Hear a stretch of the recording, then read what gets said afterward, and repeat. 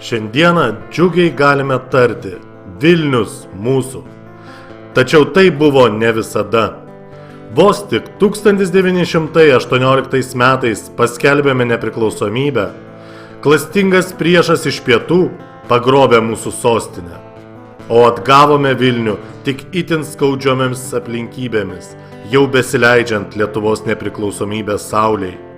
Kartais ir šiandien atrodo, jog virš Vilniaus kaupėsi juodi debesis, kuriuos atpučia audringas pietų vėjas. Tačiau Vilnius buvo, yra ir bus Lietuvos sostinė, kol bus gyvas nors vienas lietuvis.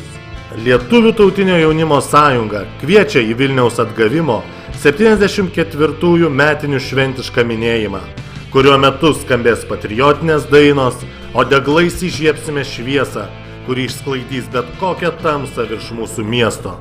Minėjimas vyks spalio 28 dieną, pirmadienį, 19 val. Ant Tauro kalno. Tam,